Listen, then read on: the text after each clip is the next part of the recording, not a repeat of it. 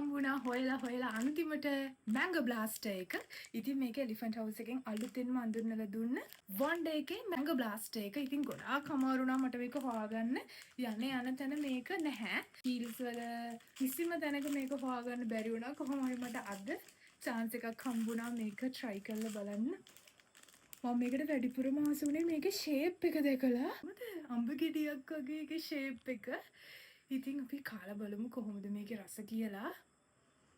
හොඳ සුවඳක් එනවා. කරත්ත කොළඹ සුවඳක් තමයි එන්නේ අඹ එකෙන්. සුවඳම සුවඳයි. කාලා බලමු කොහොමද කියලා.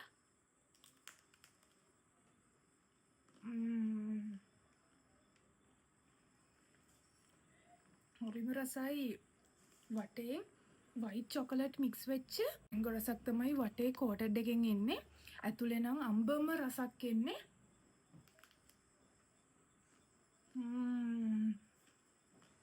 මාරම රසයි. මේක try කරලා බලන්න ඕනි.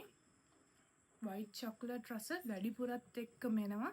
ඒ වගේම අඹ රසයි white chocolate mix වෙච්ච හොඳම හොඳ රසක් තමයි මේ අඹ ගෙඩියෙන් එන්නේ.